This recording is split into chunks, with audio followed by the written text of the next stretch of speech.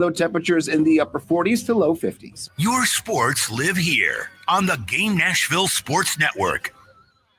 Nashville's Rock Station, 102.9 The Buzz. I'm Dagwood. And just minutes away from you here in Middle Tennessee are the diamond experts at Genesis Diamonds. Yeah, there's two locations here, Green Hills and Cool Springs. And diamonds are in their DNA. That's right. It runs through their blood. They obsess about it, and that is good for you. For every 100 diamonds they look at, they pick just a few to bring back to the showroom. And they have every diamond graded by the world's most prestigious gem labs.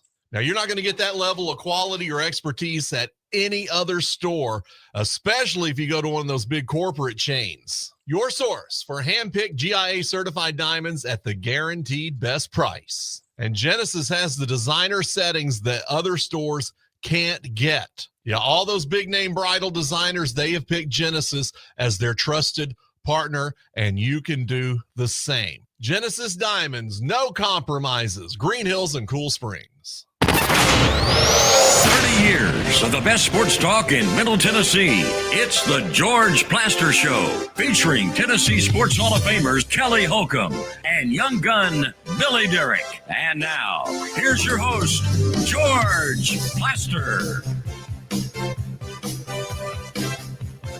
Hello again, everybody. Welcome in. It is a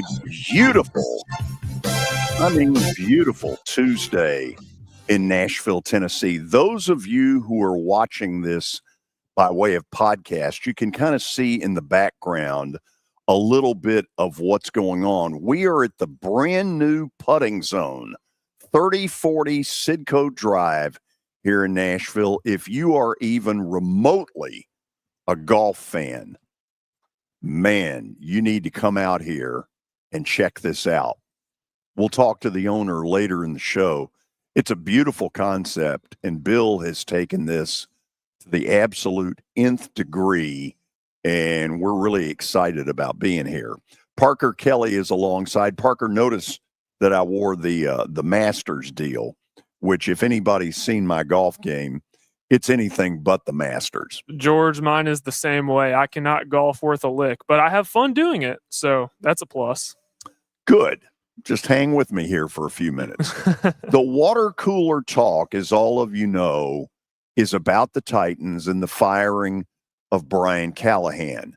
We start every show, of course, with our daily Titans update. Terry McCormick is Titan Insider, TitanInsider.com, and he, of course, is Main Street Media. So, Terry, I have questions. The question is, do you have answers? Maybe.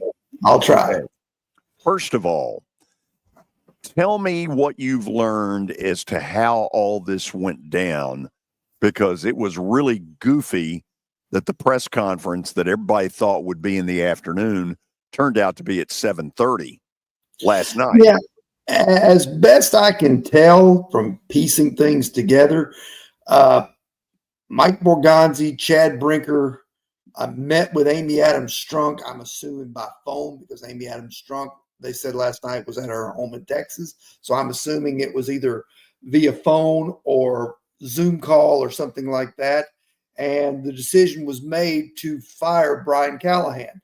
Now, given that it took 7 hours between the time that the announcement became public and the Titans had a press conference at 7:30, and took until about 4 o'clock to name Mike McCoy as an interim coach, that screams that they were not prepared, that Brinker and Borgonzi were probably not prepared to fire Brian Callahan at this time. My guess would be, and like I said, I'm speculating here, but my guess would be that ownership decided to pull the plug and left Brinker and Borgonzi to try to clean up the mess and do the best they could. So clearly, this continues what looks like organizational dumpster fire. She's nowhere to be found when all of this goes down.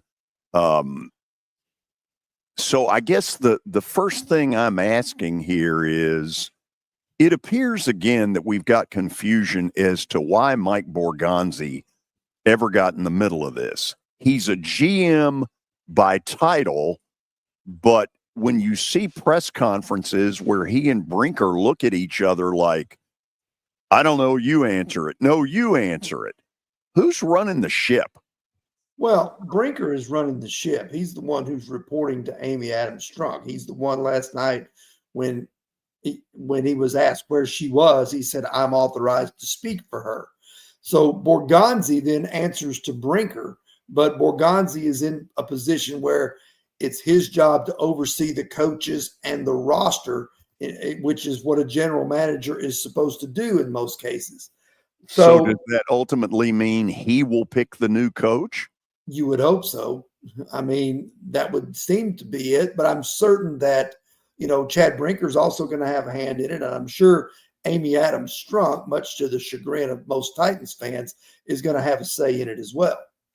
Okay, so Mike McCoy, the interim, spoke to the media earlier today and talked about what the assistant coaches, their roles are and all that kind of stuff. Well, I'll tell everybody what their role is. Their role is they're getting on these things and they're calling other people saying at the end of the year, I'm out of here. You got a job for me. Terry, that's not the way to run an NFL team. No, and I asked him specifically, I said, how do you keep the coaching staff, which is in limbo at best, and I would say, George, a lame duck situation, most likely. How do you keep them dialed in?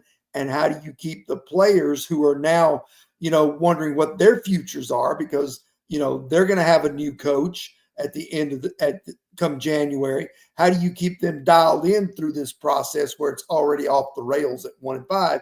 He said you just have to make sure that people are held accountable and that they come in to work every day and do a professional job because you are at the NFL level and you're expected to do that and work accordingly. So, I mean, that's probably as good an answer as he could give in that situation, sure. But you can't take the human emotions out of it.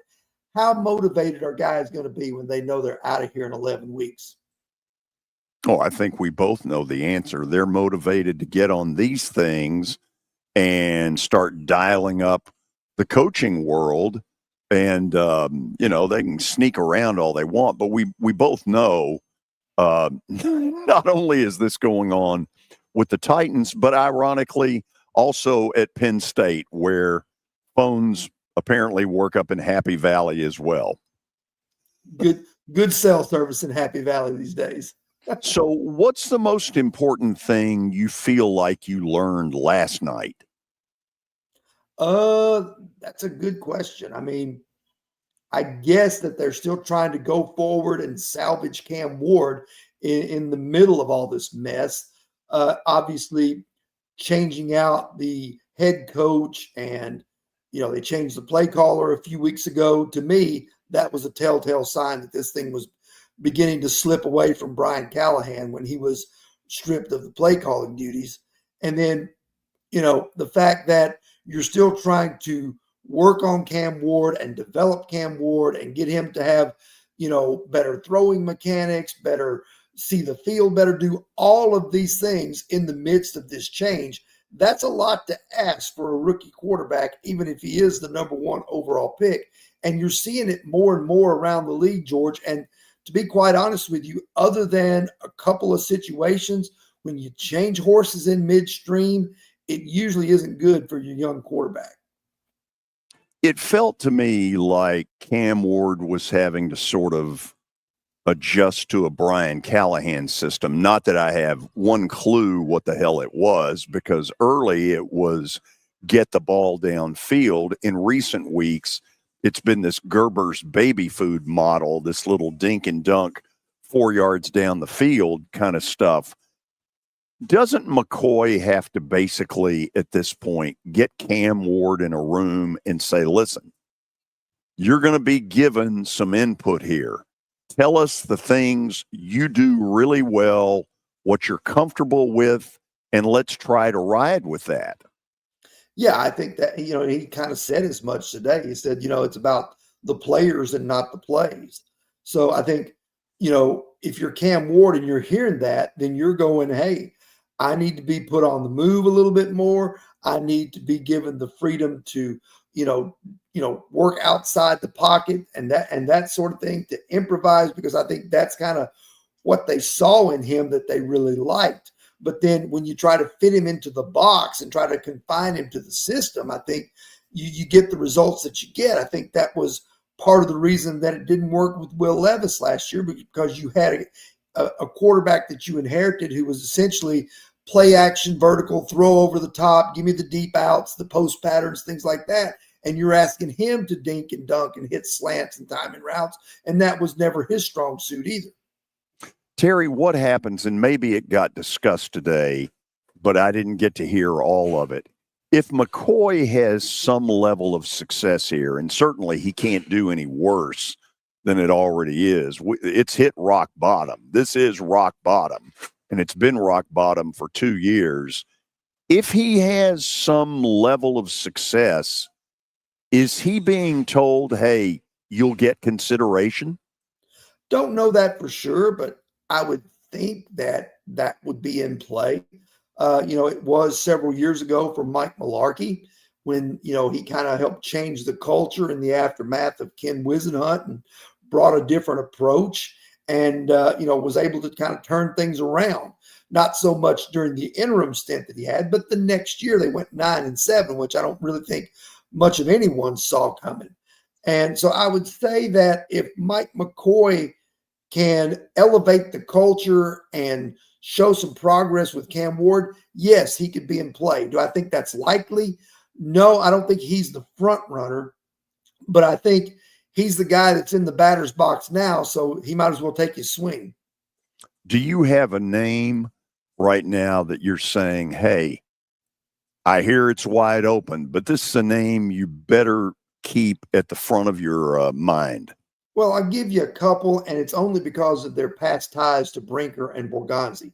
One, obviously, is Mike McCarthy, the longtime Packers and more recently Cowboys coach, who wasn't fired last year, but his contract ran out, and the Cowboys chose not to renew it and go a different direction.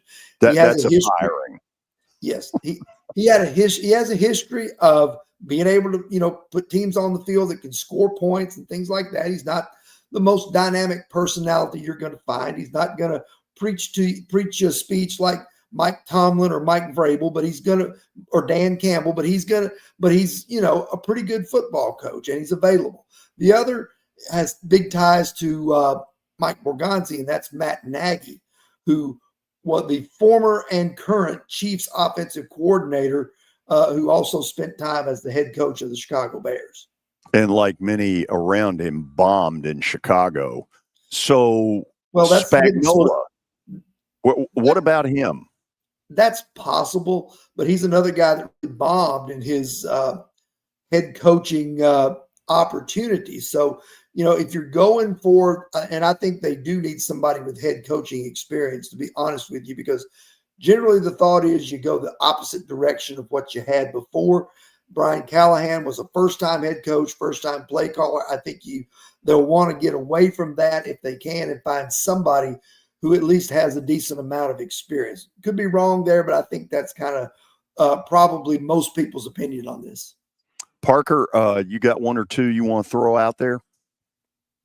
In terms of the Titans? Yeah, questions for Terry. I just saw that Femi Aladejo was placed on the injured reserve. Do you know exactly what that's about? That was a calf injury that he suffered in the game yesterday. So that means he's going to miss at least 4 games. So that is certainly not good news for them at a position that's already thin. So when you're talking about, the edge rusher position, the good news is Jihad Ward and Draymond Jones actually played pretty well on Sunday. But Femi Oladejo going down with that calf injury is certainly not a move that you like to hear from the Titans as they try to go through this process of developing him. And I listened to Mike McCoy's presser today, and he certainly sounded a little bit more blunt than Brian Callahan would come across. Do you think that this team is going to rally around Mike McCoy? Because typically when you have an interim take over, you see kind of a boost for 1 to 2 weeks, but it may not last the entire season. Do you expect these guys to rally around Mike McCoy? It's possible. I mean, I think, anytime you make a coaching change, it kind of puts everybody on notice and on edge for a little bit. So the focus may be a little sharper this week, maybe than it has been. And so, if they can earn some residuals from that and maybe, squeak out a win or two somewhere down the line, that's certainly beneficial to them. But, if you looked at, I've seen little bits and pieces of the Mike Silver article. Have you seen that from The Athletic? No, tell us more. Well, the two excerpts that I saw from it said that there was a coach from the Raiders, no less, a guy who had been in the league for 25 years. He's quoted as saying this Titans team was the worst team he'd seen in 25 years. And he said that other than Jeffrey Simmons, they basically have no playmakers. Now, he's not telling us anything we don't already know, but to see those comments come from another team and be on the record, even if they're anonymous, is kind of shocking. And then the other thing was that apparently, Jeffrey Simmons referenced that they had a flat practice on Thursday.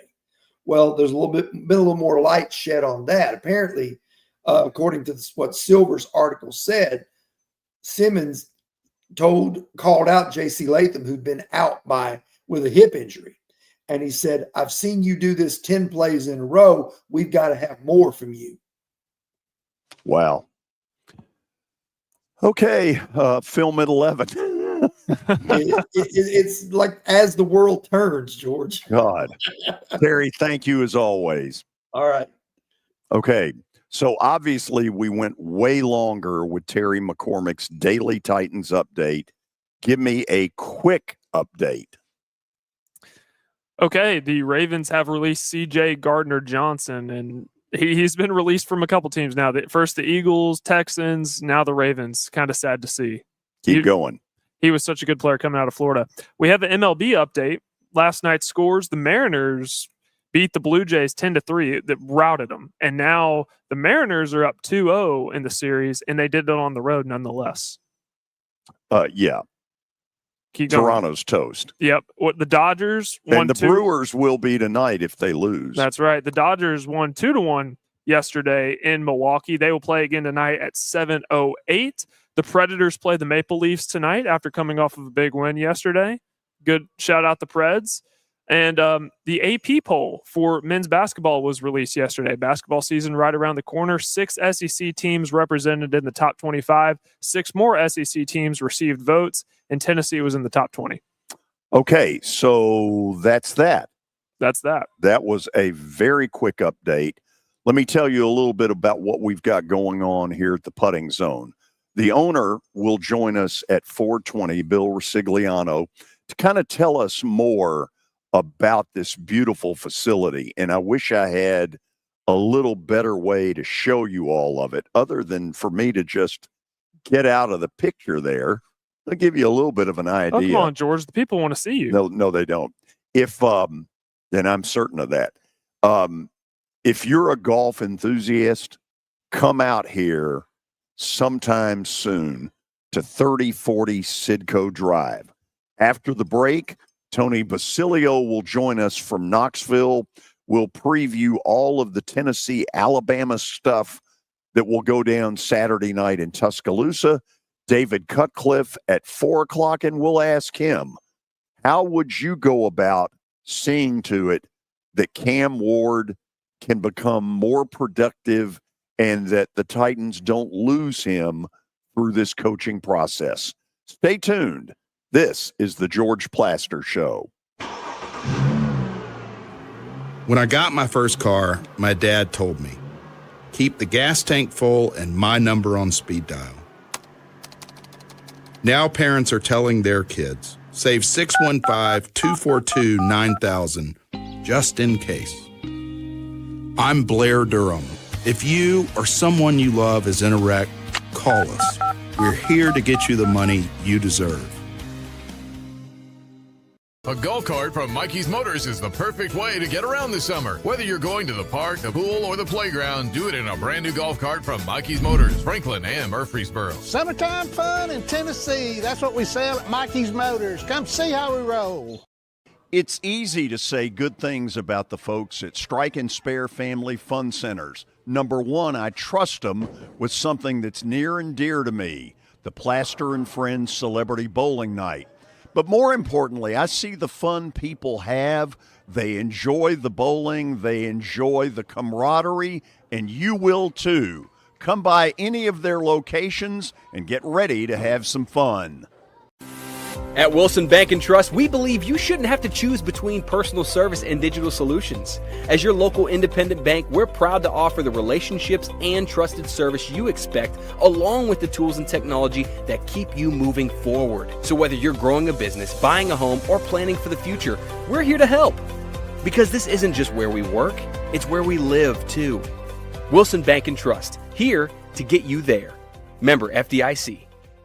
Are you looking for expert medical care in Nashville without leaving your home? Medical House Calls brings concierge-level health care directly to your door. Whether you need urgent attention, ongoing primary care, revitalizing IV therapy, or medically guided weight loss, our experienced providers are just a phone call away at 615-838-2375 or go online, medicalhousecalls.com. If you are paying too much for your health insurance, you know what? You need to contact the folks at Pancoast Benefits. Pancoast works with businesses and individuals to tackle the high cost of health insurance. Whether you're a business owner, large or small, self-employed, between jobs, or over the age of 65 and in need of a Medicare plan, Pancoast can help. They make understanding your benefits less difficult and more personal. So check them out today, pancoastbenefits.com, or call them at 615-292-3400. 615-292-3400. ESPN Radio lives here. Your sports live here on ESPN 94.9 The Fan.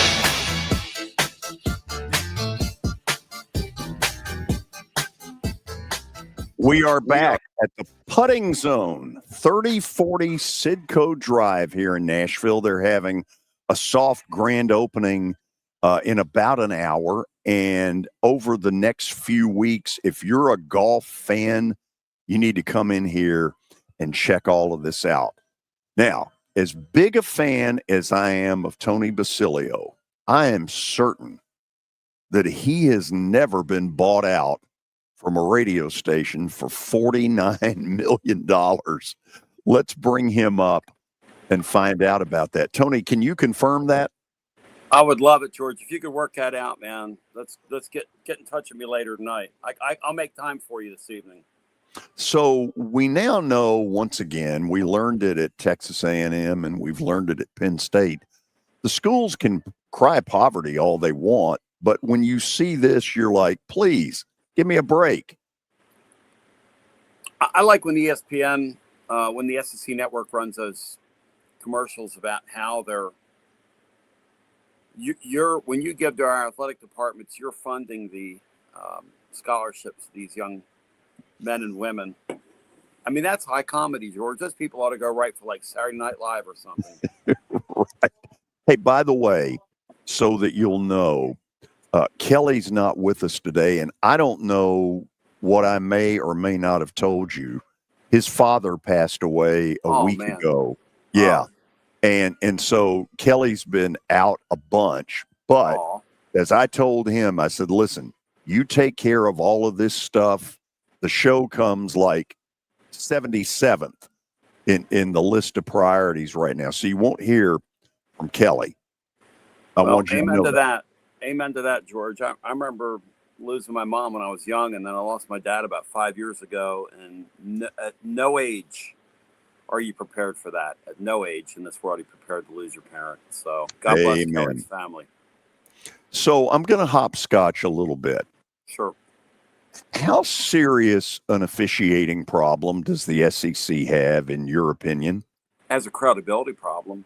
Time I've been watching football, when you cross the plane of the goal with the ball in your hands, that's a touchdown. It doesn't matter if you have it for, a scintilla of time or if you possess it. Kirby Smart ran onto the field like a desperate man the other night because he knew if I don't get this call and it goes 17-0, I've got zero chance of winning this game. And he went down there and talked that crew into calling that a fumble. And he has way too much power. And the league plays favorites, and they have. And again, I'm going to say, why won't the SEC open up their process and show it all to us like the ACC does? The ACC has a transparent replay system, which they've adopted from the Spring League, which you get to watch the person upstairs with the big headset on communicate with the referee on the field, and they work it out. This is what I see. This is what you see. Hey, listen, I don't blame that Cohen guy one bit, Auburn's athletic director, because the end of that first half looked like something that should be under the auspices of WWE, because that was sports entertainment the other night. And then further, George, that thing where Kirby Smart's clapping like this, whatever he's doing, and flashing his gang signs over on the sideline, for him to talk them out of that timeout only furthers the belief in this league that the SEC is a lot like NASCAR. NASCAR, they used to say different rules for different drivers on different Sundays. And the Southeastern Conference's motto ought to be different rules for different teams on different Saturdays. I'll tell you one thing, Josh Heupel never gets calls in this league. For a guy that's won like he's won, they walk all over him like he's not even there. So when they get together in these spring meetings that always look like, they're one step away from the cocktail party starting, does anybody in that room from a coach's standpoint look at Sankey and say, I don't know about you, but I think we got a big problem? I mean, I would hope so, but the thing about the coaches is who knows what they think. Like our guy here in Knoxville, I wish he had a little bit of Curt Cignetti in him. Because Cignetti the other day, I was talking about this on our post-game show. Cignetti the other day, there's a guy, one of his wide receivers is tackled on the far side of the field.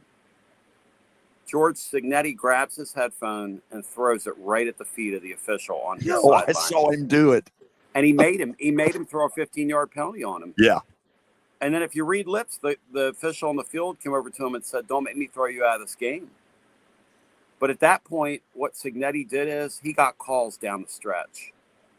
For some reason in this league, Hugh Freeze is a persona non grata. I don't know. Was one of the gals he was saying like somebody with the officiating in the SEC, like the head of officials or somebody close to that family, or I don't know. But he, somewhere along the line, George, hacked off somebody because the two screw jobs that he got are world-class screw jobs in this league. And it's a shame for his kids because he's got a really good football team. He doesn't have a quarterback. He has a quarterback that if I was in a snowball fight, I'd want him on the other side because he wouldn't hit anything.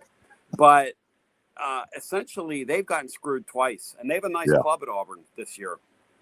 No, I agree with you. And I just think for a league that, to me, this year feels like it may not have the three best teams in the country. Yeah. Ohio State and Indiana may be those.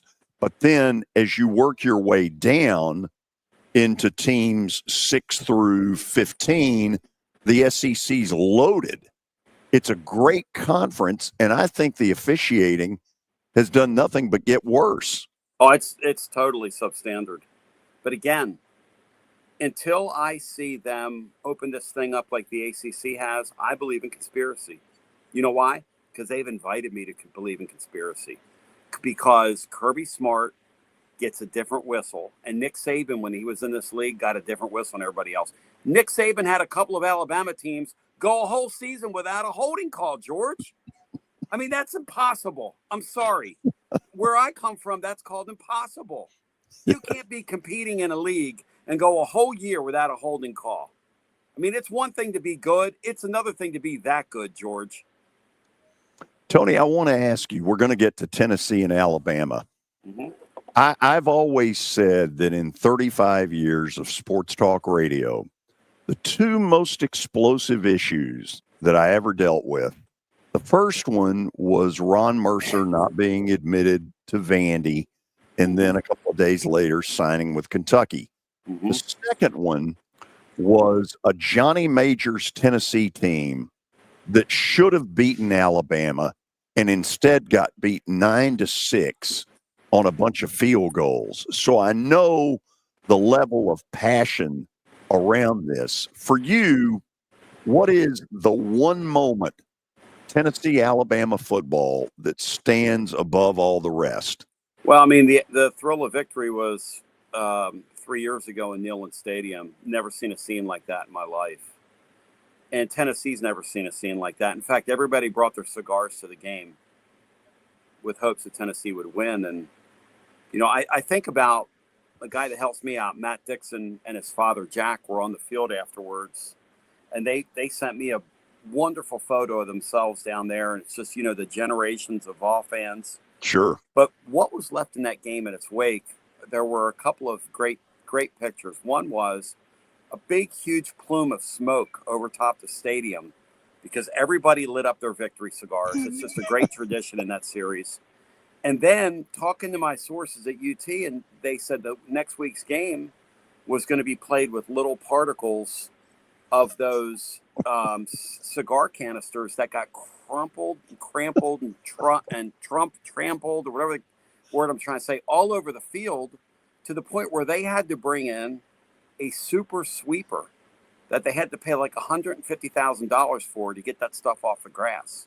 Or those kids had been out there tackling each other in that stuff. And then, of course, that 9-6 game, I had my brother with me who raised me on Philadelphia sports. And he looked at me when that ball went through from Philip Doyle.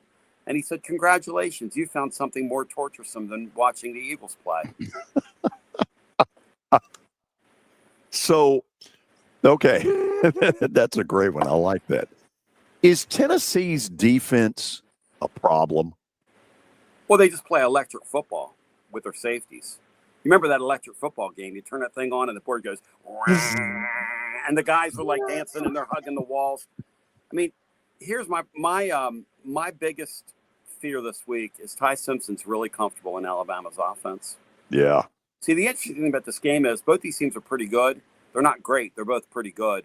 Alabama's maybe a little more pretty good than Tennessee. We'll see.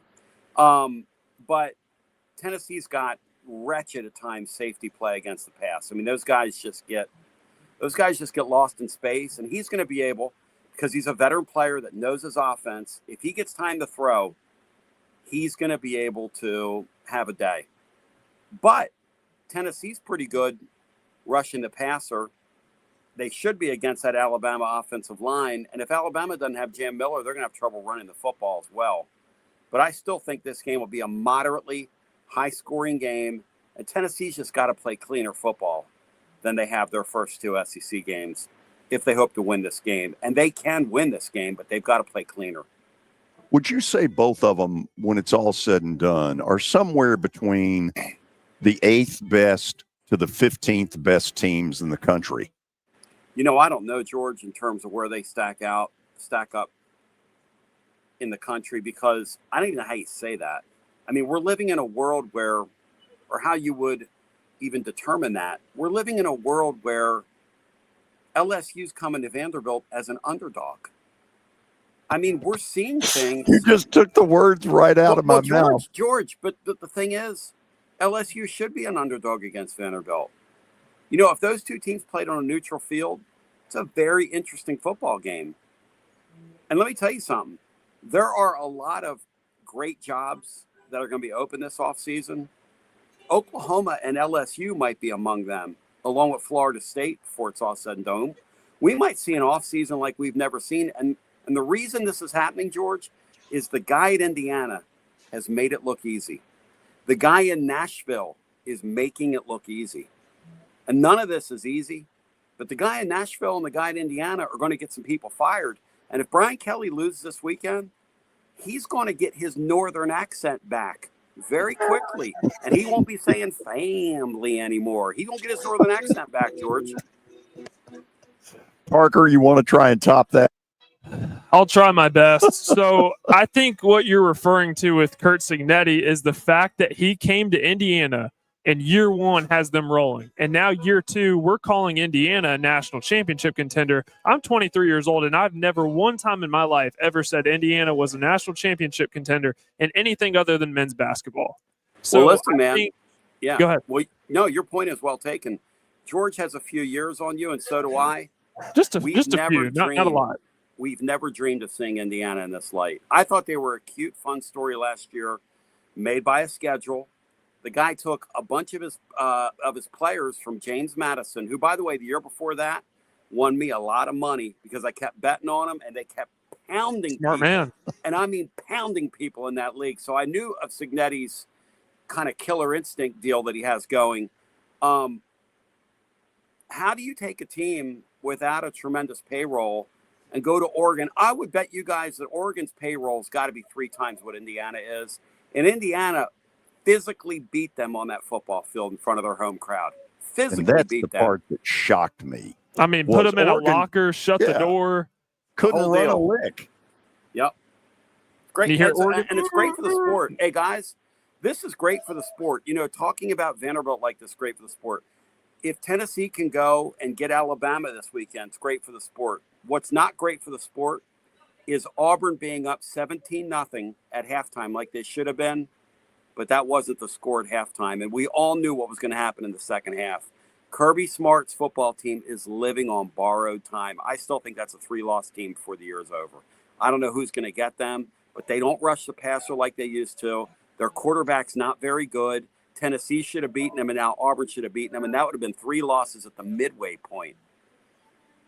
And I think we're having to kind of recalibrate our minds. And Lane Kiffin said this, when the SEC goes to a 9-game conference schedule and then has to play a 10th game against a Power 4 opponent, we may be living in a world where a 9-3 SEC team is better than an 11-1 Big Ten, but people haven't recalibrated their minds to that because they believe this lie that you are what your record says you are. Right, and the one thing Greg Sankey got shoved through before they went to this 9-game deal was with the playoff committee, it's going to be about computers and not what people are picking. And so with that in mind, you might see 9-3, 8-4 teams out of this league get in the playoffs one day, if your schedule's good enough. And I believe that's why the SEC went to this, because now the playoff is incorporating the strength of schedule metric. Yeah. So they make their schedule harder. It just makes sense. And again, I'm back to this. That makes the game better. Give me better games every Saturday. Give me more weekends like last weekend. Give me more weekends like this weekend. The SEC has 4 tremendous, basically that what you can think of as elimination games or close to it this weekend. And one of them's in Nashville. Yep, sure is. And I never thought I would live to see the day. Man. Vandy, 2.5 over LSU. Oh, my God. That's a sign of a Sports Illustrated apocalypse. No question. George, will they sell that building out? Yeah, apparently they have. And somebody told me that like the cheapest ticket you could get, and I haven't looked at any of these sites, was $150. And I was like, wow. Okay. It's a different day. Hey, Vanderbilt's serious about football. You can tell by looking at the team they have on the field. That is a credible, very good veteran college football team. Hey, it might set up if Vanderbilt's able to beat LSU, the Tennessee Vanderbilt game could be a winner-take-all deal at the end of the year. Imagine that, know. And that will be a hell of a football game. I'm here to tell you that will be a very good football game. If they play right now, it'll be a very good game.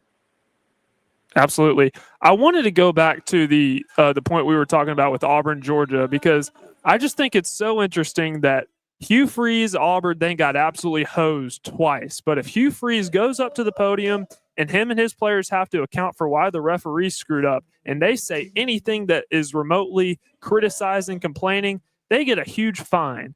But the SEC, all they have to do is release a statement. The officials don't have to talk to anybody. They're not held accountable.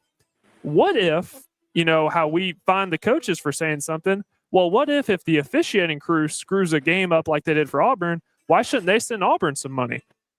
Well, I think it's a great question. I like you, kid. You're and every coach in America loves you because none of them like these officials. Look, the officials have a hard job. The only thing I'm asking for is transparency from Greg Sankey. If it really means more in the SEC, why aren't they showing us the conversation between the sky judge and the guy on the field? I am not asking for much. I'm not asking for something that the ACC is not doing. And Greg Sankey, the ACC is not a better product than yours, is it? I mean, what are you afraid of? They don't better officiating than you do you? Wouldn't you guys love to have heard the conversation? I wouldn't have turned that thing away. Please. You would have turned that off Saturday night when they were talking.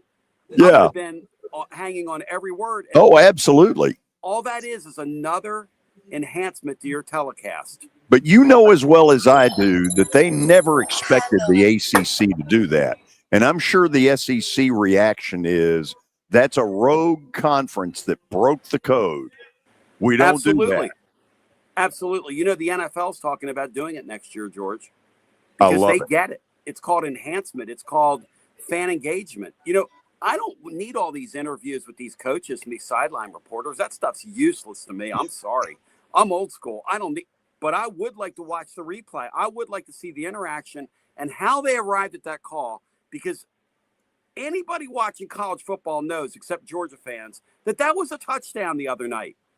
When you have the ball and it crosses the plane, I don't care if it's a millimeter of that football. That's a touchdown. Anything that crosses the plane. Anything. And you owe it to the fans, nonetheless, that they deserve an explanation for why Auburn got screwed. And again, the ACC is doing it. I think that is the best thing ever. I don't understand why more conferences aren't doing it. I think you'll see it in the future. I wonder if the SEC will do it. Something tells me they'll be drugged into the kicking and screaming. If the NFL's doing it, you can't play favorites. You're not going to be able to play favorites anymore. God knows what they're saying on that headset right now. Hey, go over there and calm Kirby down. Tell him we're going to give him some warm cocoa at halftime. You know, go over there and make sure he's okay with me. I don't want him mad at me. I mean, come on now. And then he calls a timeout in the second half and they don't call it. I mean, that's a joke. That is wrestling. That's what that is. That is wrestling in the Nashville Fairgrounds, if there ever was wrestling. I mean, where's George Goulas when you need him? One of George's Greek buddies back in the day. Wow.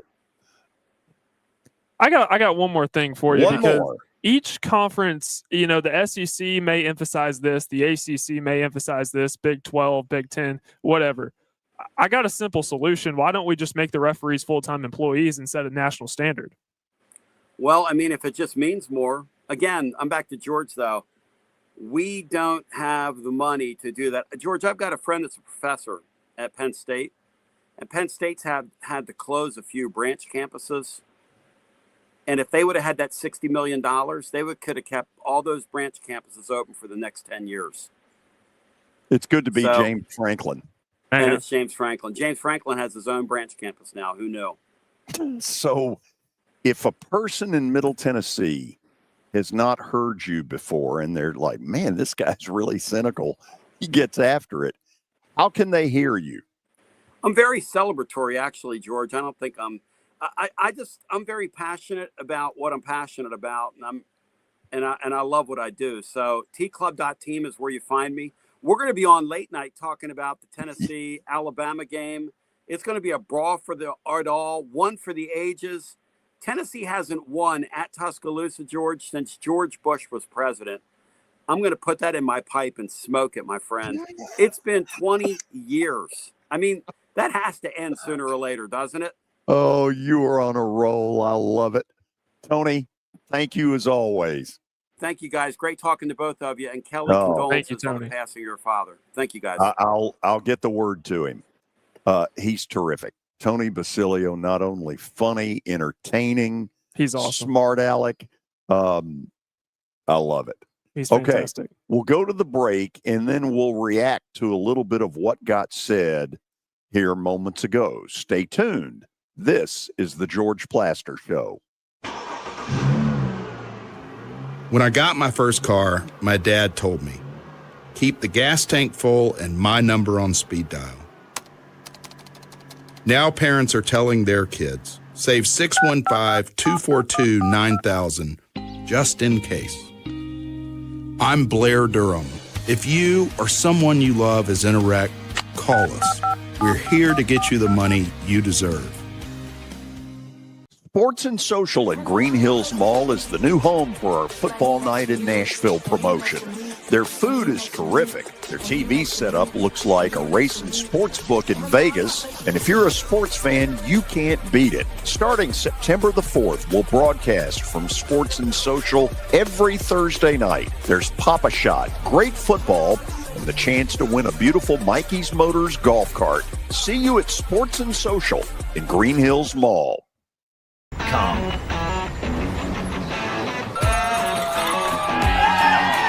Smashville hockey. Around here, it can sound like a language of its own. But hey, if you can pronounce Demumbrian, then names like Yossi, Shea, and Marchessault will roll right off the tongue. Nashville Predators, only in Smashville. Venture Express has been helping people in this area for more than 40 years. They're headquartered in Murfreesboro with over 30 years of dedicated fleets involving production, manufacturing, and corrugated experiences. They're an asset-based company with over 700 tractors, 4,000 trailers, and 800 drivers. If you need their help, dial them up 615-793-9500 or log on to ventureexpress.com. Here's Officer Garen Hoskins for the Metro Nashville Police Department. The Metro Nashville Police Department is on the forefront of policing in this century, and I'm glad I'm a part of it. I'm glad I get to find other good officers, other future good officers. And if you're watching today, or you yourself or someone you happen to know is interested, join MNPD.com. Feel free to reach out to us because we need good officers, and it's a great city to work for.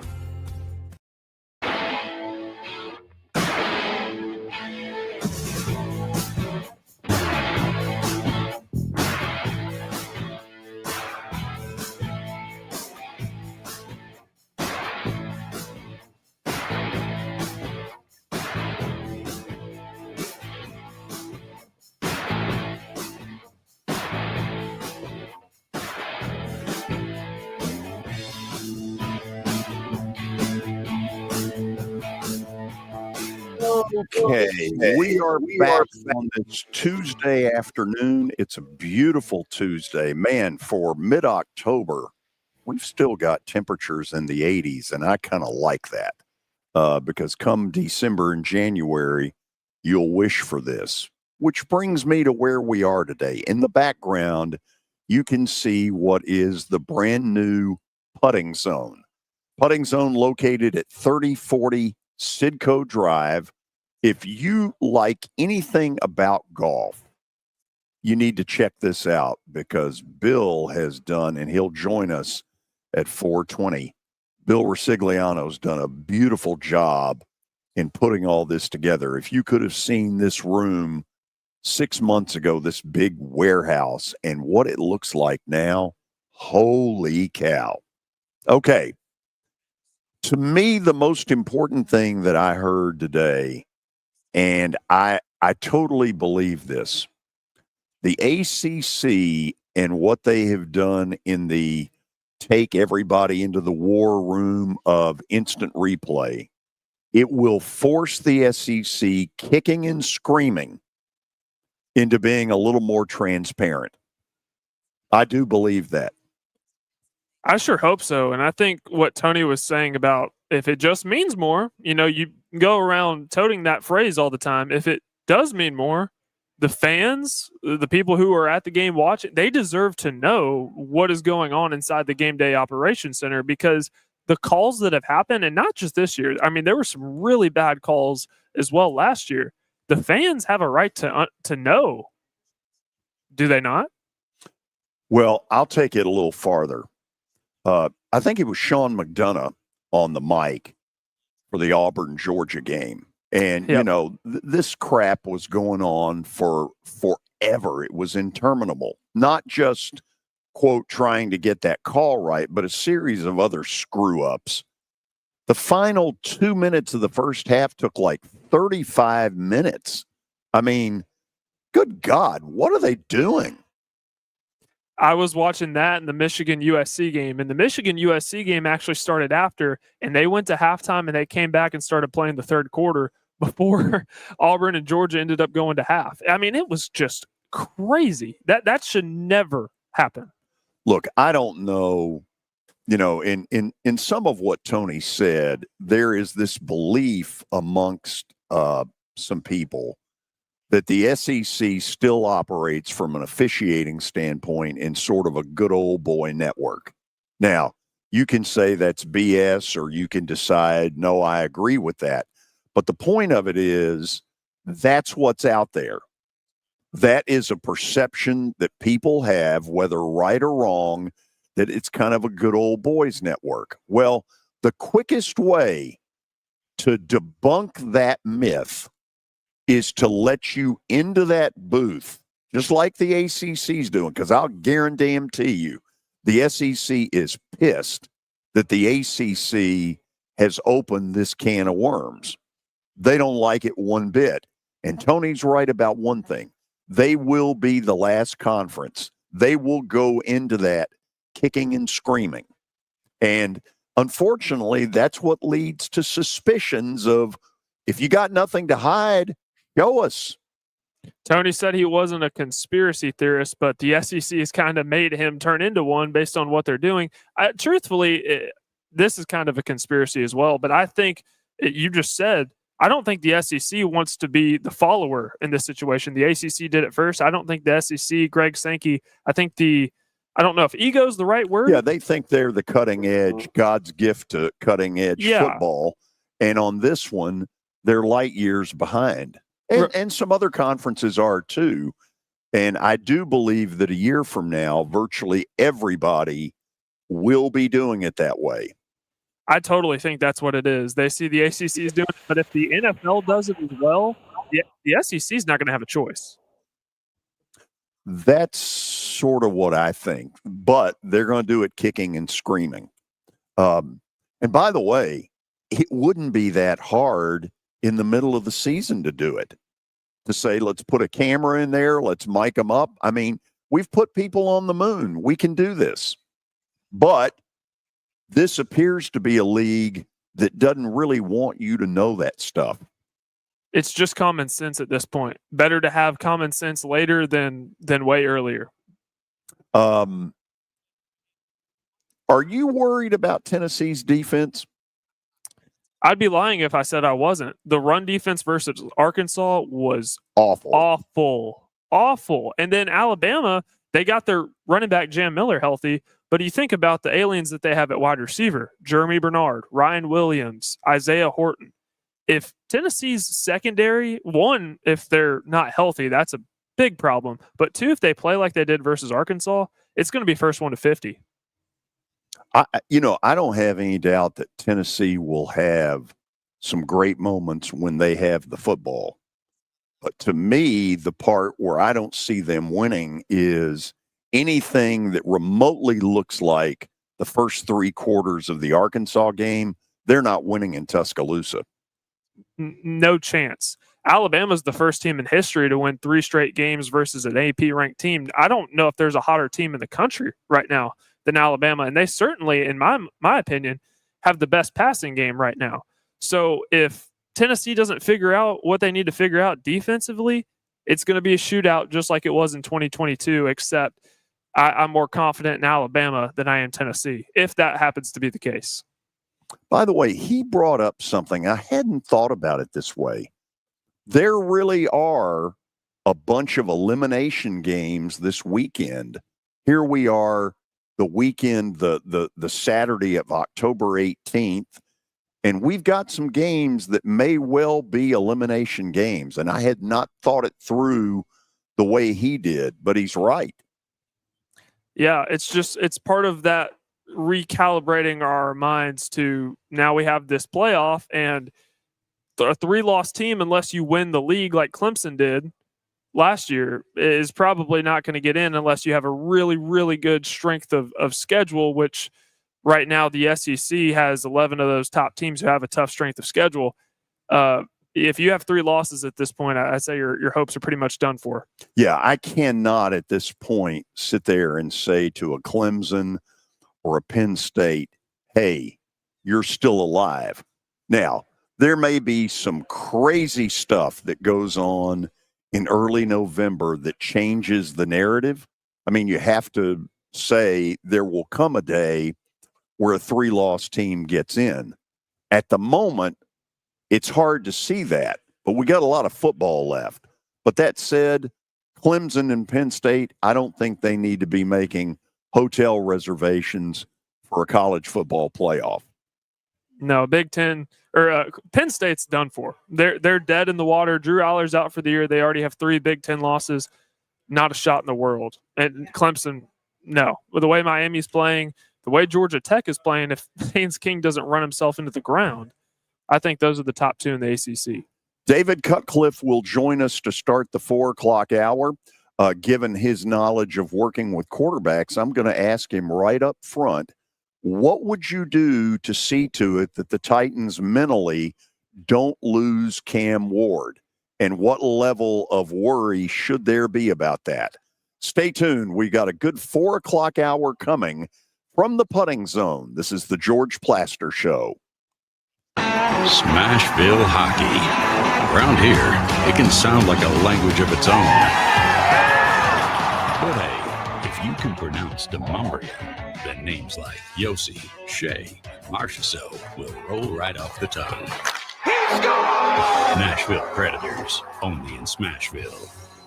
See your Nashville Predators take on the Utah Mammoth this Saturday at 7 p.m. Get your tickets at NashvillePredators.com.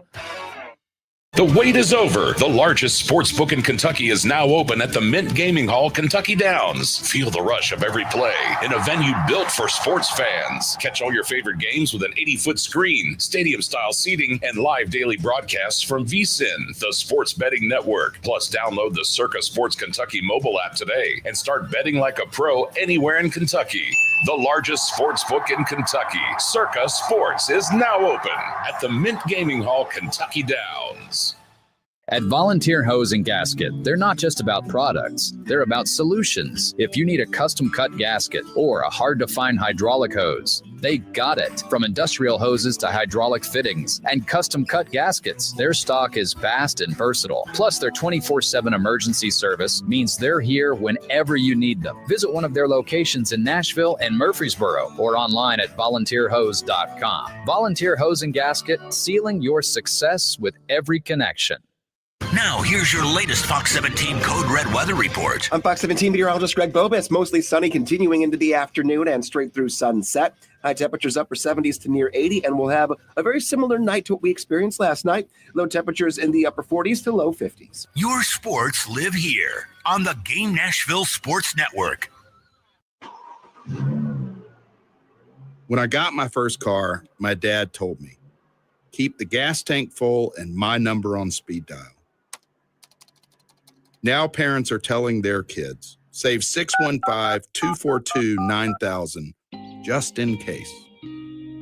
I'm Blair Durham. If you or someone you love is in a wreck, call us. We're here to get you the money you deserve.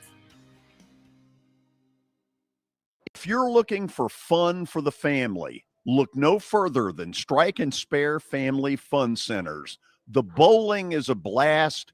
The people around it make it even better. And you know what? They've got a staff that will make sure you have a good time. So don't wait. Go have some bowling fun at Strike and Spare, the official home of the 4th annual Plaster and Friends Celebrity Bowling Night. As the trusted premier custom home builder in Middle Tennessee, Donnelly Timmons has over 20 years of experience in the industry. Whether you're looking to build your dream home or renovate your current home, their team will ensure that every client and every remodel is unique, luxurious, and completed on time within budget. Founders Dustin Timmons and Joey Donnelly have over 25 years of construction experience in the Nashville area. Together, they have completed projects in Forest Hills, Oak Hill, Green Hills, Franklin, and Brentwood. Dustin and Joey believe that communication is the most important aspect of all construction projects.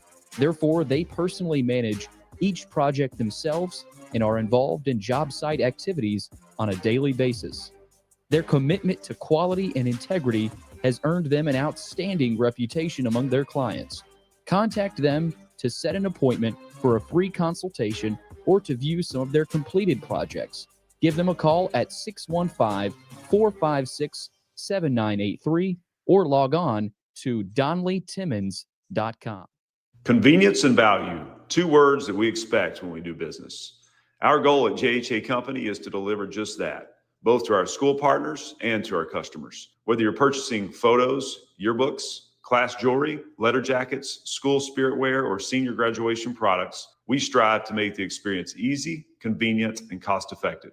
Find out more at jhacompany.com or call 615-867-6345 for more information. JHA, one source, one company. Your sports live here. WBUZ HD3 Laverne. All around the world on the Game Nashville app. We are the Game Nashville Sports Network. ESPN 94.9. The Fan. A Cromwell media station. 30 years of the best sports talk in Middle Tennessee. It's the George Plaster Show, featuring Tennessee Sports Hall of Famers Kelly Holcomb and young gun Billy Derrick. And now, here's your host, George Plaster.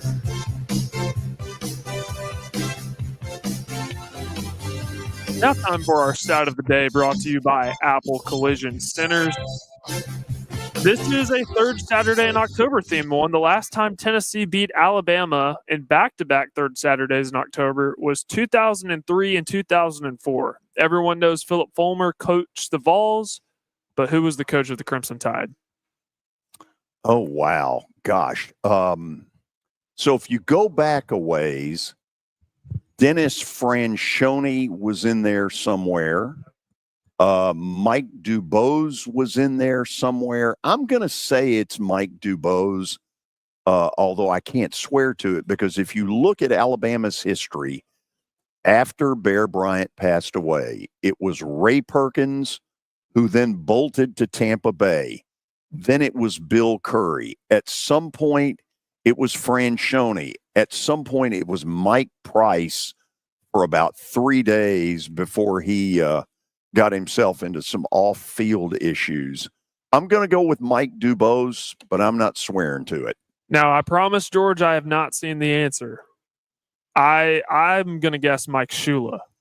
No. Oh, you might be right. Lay it out. Oh. Okay. Very nice. All right. Okay, you're one up on me. All right. Okay. Officially, we are into the 4 o'clock hour from the beautiful putting zone. The grand opening, a soft grand opening, about to start. The doors just opening, and they're going to be coming in here in just a few minutes. In about 15 minutes, we will talk with the owner, Bill Ricligiano. But for now, it is time to say hello to former Duke and former Ole Miss football coach David Cutcliffe. His Tuesday visits have been awesome. Coach, how you doing? I'm good. I'm just putting along. Oh, very nice. I couldn't resist with your putt. Yeah. And I want you to know, y'all should have somebody video me dancing to your comeback music. I love it. I am going at it. So you get me fired up. It's great. Thank you. I'd like to see that. Be sure and film it and send it to me. David, I'm going to start somewhere that's right in your backyard. Third Saturday in October, Tennessee, Alabama. What is your greatest moment from being a part of that series? Woo. You know, there are so many. Probably the one that kept me being able to experience it was the first one when 1982 they came to Knoxville, and let's see, I think it's 82. Yeah, we won the game. Yeah. Or was it 80? Yeah, 82. We won the game. And then on Sunday, Coach Majors, in his typical form, he said, well, congratulations. He said, because the only reason I hired you was to help us beat Alabama. And if we hadn't done it, I'd have let you go. So I'm glad I could stay on board for some nice wins after that, right? And that was a storming of the field in a grand style. I have a picture of Coach Majors and Coach Bryant shaking hands after that game, and it was pretty awesome. It really was. So with all the other great ones, that's the one. The first one is the one I remember the most. David, what was your past history with Coach Bryant? Because you were from down there. Did you deal with him much? And if so, what was it like? Yeah, I tell you what I did. It's I'm going to shorten the long story. I ultimately ended up being down there because they were willing to pay for my school, and I was a very needy guy. And so instead of playing at a few other smaller institutions, I declined them and went to work. And I helped Jack Rutledge in the dorm. I actually did anything and everything they asked me to do and more. Kirk McNair, who's still living, who was part of the sports information staff, Kirk said, you know what everybody called you, don't you? And I said, what? He said, the pest. I said, good. That means I was getting something done, right? So I did pester Ken Donahue. I pestered Coach Moore. Those were two that I really wanted to learn from. I pestered D. Powell, all of them. And then certainly I didn't dare pester Coach Bryant, but I got plenty of opportunity to talk with him, do things he asked me to do. And I just listened and learned. And so I had 3 years with him. And it was monumental. Approach to practice planning, approach to, how do you manage your coaches? One of the things I used to hear him say all the time, you win in college football with great assistant coaches and even greater communication. And I could not agree more that you have to have the best communication to grow the expectancies of every part of the program. And I think that's something that can get lost is, well, what is everybody in that program, what's their role? What are they exactly expected to do? And when you do that, I think you can build champions on and off the field. David, did he know how much he intimidated people? Oh, I don't think there's any doubt about that. Yes. I mean, that was a little bit of a game. But, it was real, too, because if you went and sat here's a real dilemma. Let me give you a dilemma. He was smoking cigarettes, that was the era. And you'd go sit across from that desk and you felt like he was, 25 feet taller than you.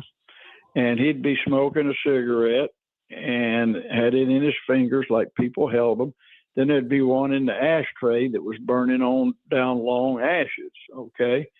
So I would be trying to listen, and I didn't know whether to say, Coach, that cigarette in the ashtray is getting ready to fall out on your desk, or looking at his hand, Coach, that cigarette could burn your hand. It's getting close. I never did that because I was always afraid he was going to say, I know it, So I would sit there and just stare, a nervous wreck, because I was always afraid he was going to say, too, if it burned him, why didn't you tell me? So thank the good Lord took care of me. He would put out the one that was about to burn his fingers and then flick the other one into the ashtray. So, sweat was over at that time, George. Isn't David, that crazy to remember that? Oh, I'm going to give you one that's even more bizarre. As a 19-year-old, I was working for a small AM station here in town, WKDA, that reached about a mile. It had no reach. But we were carrying Alabama football. And so it was worked out that I was going to get to do a live interview with Coach Bryant on the bus before they took off to go to the airport. Okay, they've just beaten Vandy 63-3, something like that. It was crazy. And as I'm interviewing him, my hand is shaking. And I wanted to grab my hand and just go, stop. But, he was very polite with me. I mean, he tried hard to be nice, but it was pitiful. And I was like, good Lord, does he have this effect on everybody? I feel for you because I know exactly what you're saying. And he's a big man, big features, big shoulders, and he's tall, but he had big hands, and you were just like, it's like being in front of a giant in more ways than one.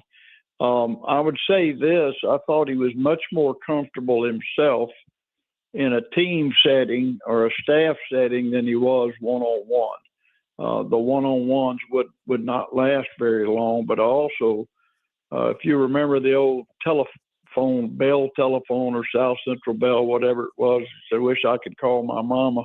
I think he was raised right, and he had great respect for others. And I don't think he ever thought of himself better than other people. I will say that. Yeah.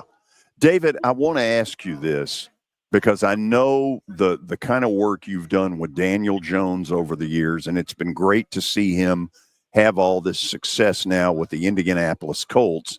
People are worried here about Cam Ward. They're worried about the coaching change that took place yesterday and the fact that here's this young guy that suddenly is going to be forced to learn some new system. Talk to me about if you were the person in there, how would you try to see to it that you don't break Cam Ward? Well, I think the first thing you do, you take a young player like that, and if you inherit him, before I started teaching offense, I would teach defense. I would want Cam to know every aspect there is of National Football League defenses. Why is a huge word, why they do this, why they do that. Become a master of the defenses, and regardless of what we run or what the terminology is, when you know why you're doing something, it's not memorization. And then it also gives them, always start that. When I took over Eric Gaines and I saw him this past weekend, and it was so great to see him. All I did, it was frustrating to him because I wouldn't talk pass offense. For the first month, all we did was learn defense. Then we moved to protections. He had given up so many sacks before. And then Saturday he said, Coach, nobody will ever break our record. And I knew what he was going to say. I said, I think you're right. Over 500 attempts and 3 sacks. I said, Eric, that's right. I have never forgotten it. But, everybody's different, but it's not different when it comes to understanding defense. And then, whoever hopefully takes over with him is genuine with him. You can't coach a quarterback without their complete trust. And so you got to gain a young player like that. Somebody's going to have to really gain his trust. And don't ever minimize that. That's a big part of being able to teach, is to inspire learning. And the only way you inspire learning is that someone trusts what you're saying to be the truth. Coach, Kelly Holcomb not with us today, but Parker Kelly is. Parker is a former quarterback on the Division III level, Concordia up in Chicago, and he has become, in 3 weeks on this show, a huge David Cutcliffe fan. You need to know that. Coach, I've been a fan a lot longer than 3 weeks. Well, thank you, Parker. I appreciate that. And I'm going to tell you, I am one you're talking to that appreciates Division III football, love of the game. And, man, so congratulations to you on your career. I appreciate that, Coach. My high school coach used to always tell me, if you're playing Division III football, you must really love it because you don't get the glitz and glamour like the Division I guys get. Well, and it's the truth. I mean, you're playing for your teammates. It doesn't matter whether there's 100,000 fans in the stands or 5,000 fans in the stands. Y'all got each other, and that's where it all matters the most. So, congratulations on taking that on and doing it. I appreciate it, Coach. It was a fantastic experience. I wanted to kind of piggyback off of George's Cam Ward question.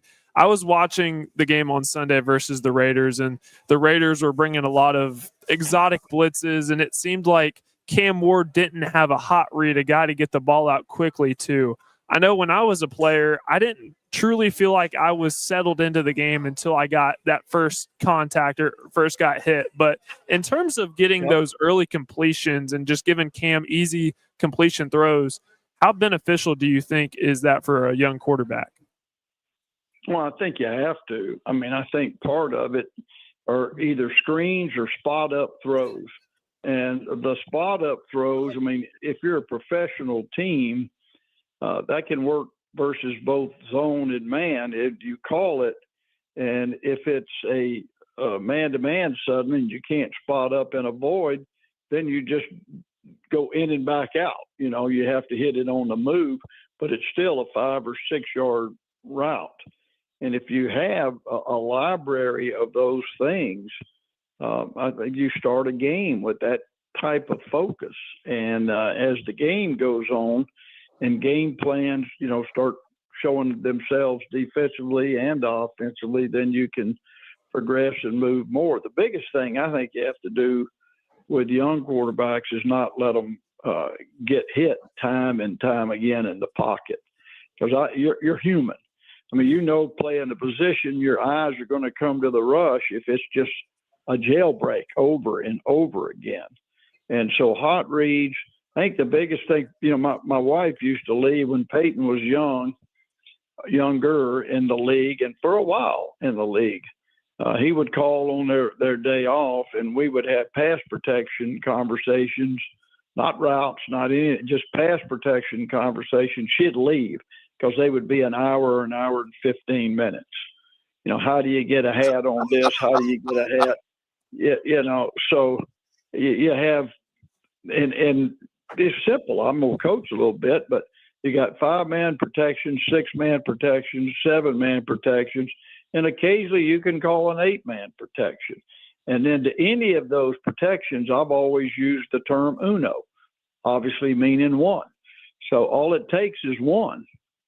And if that one is free, we have to have a plan built into the route or a reaction, one of the two.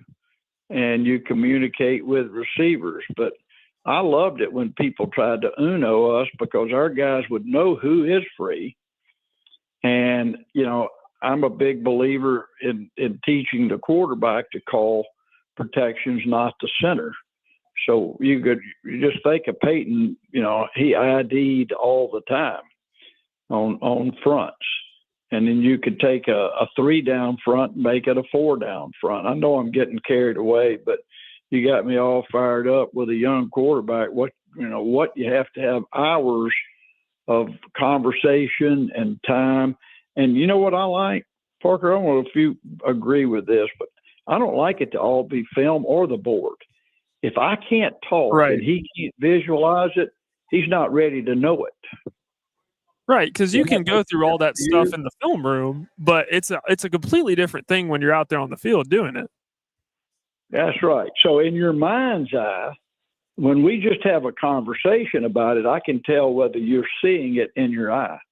You know, are you seeing the same thing I'm seeing? We're not on the field, but we're not looking at film. We are visualizing what all of these circumstances are.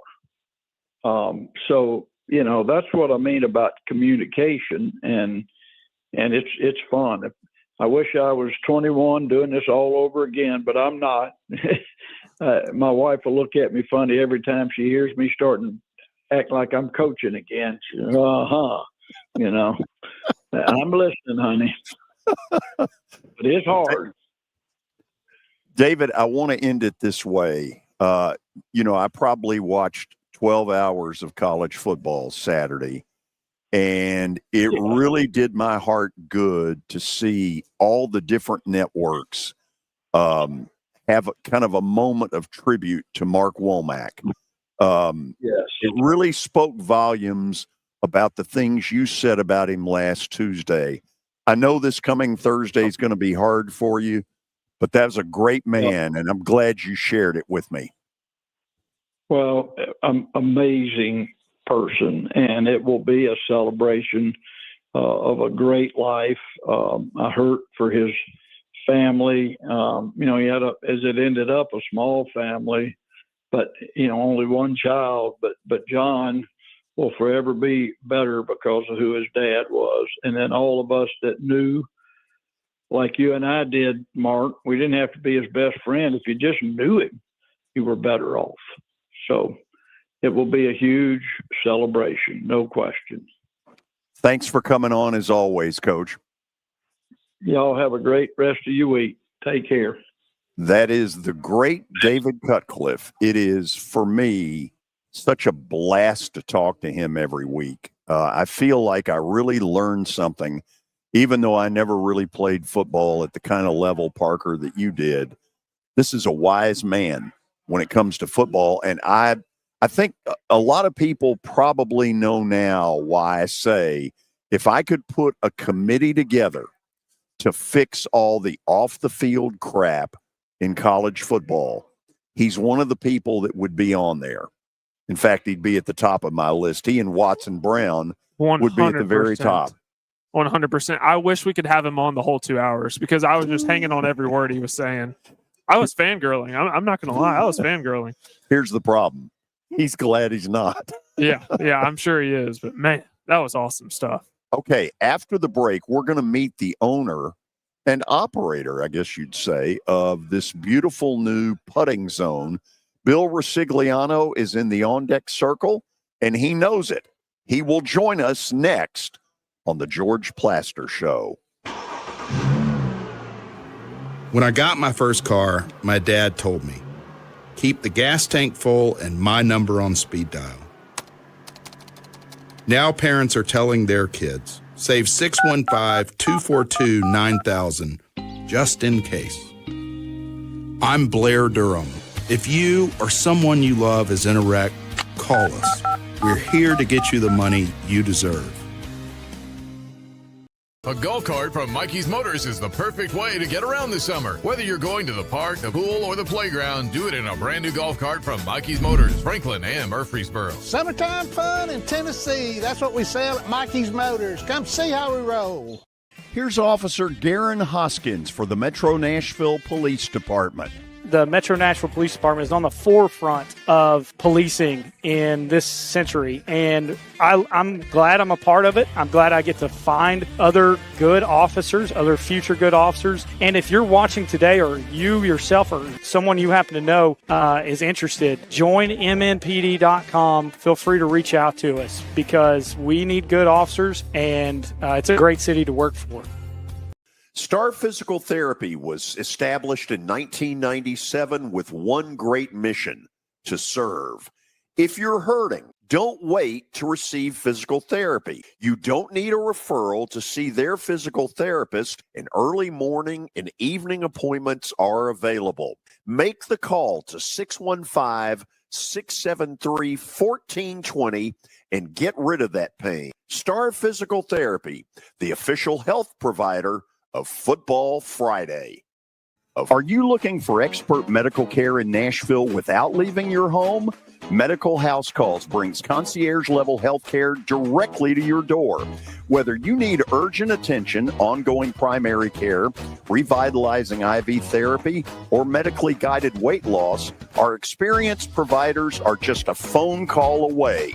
at 615-838-2375 or go online, medicalhousecalls.com.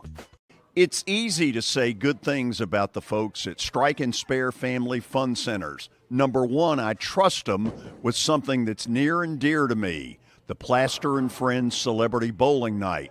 But more importantly, I see the fun people have.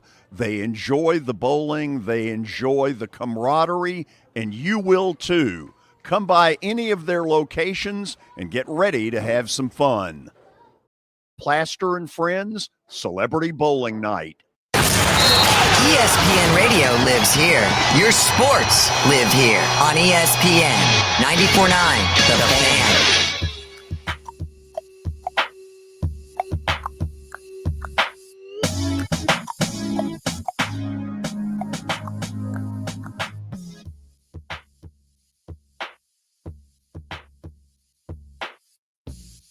We are back. It is, let's see what time it is. It is 4:24.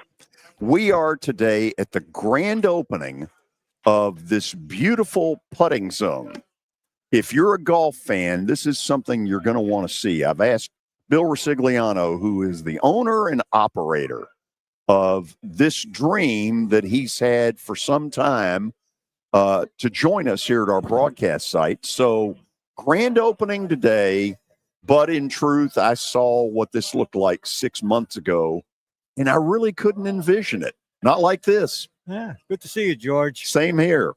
Same Been here. a friend for a short period of time, but I know we'll be lifelong friends for sure. Talk to me a little bit about this concept.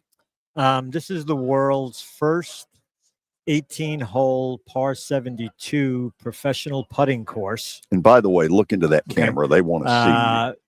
Professional putting course that we're going to create league and tournament competitions on a daily basis for big money and prizes. We actually have to follow USGA rules in mode of play. So you're only allowed to earn a certain amount of money per event in order for you to maintain your amateur status as a golfer. If you win more than that in an event, then you become a professional. And then it takes a couple of years for you to get back to becoming an amateur. But the idea of this is it's for everyone, all ages. Everyone can come in and play. You can become a member of the facility. We are only limiting membership to 600 memberships. So we make sure that everybody has a fair chance. Become a member, you get to play for free throughout the entire time you're a member. So yeah, it's exciting. This is a dream of mine that started in 1993. So this is a 32-year journey that has culminated in Nashville, Tennessee. And not to poo-poo anybody, but I was never coming to Nashville, but Nashville found me. So we're excited to be here, and it's great. We're really going to enjoy it, and it's going to be a great facility. So behind us are the 9 holes that have been completed, but the part that any golf fan is going to go, oh my God, is the corners where you've got all this golf memorabilia. Talk to me about where you've gotten all this stuff. I'm a 30-year golf memorabilia antique collector. So this is my 30 years worth of collecting. I was fortunate enough last year to acquire the world's most historic and possibly largest antique putter collection in the world. So we have it displayed at the putting zone along with antique golf balls and a lot of golf memorabilia things. So it's a fascinating thing. We're more of a traditional type of a place.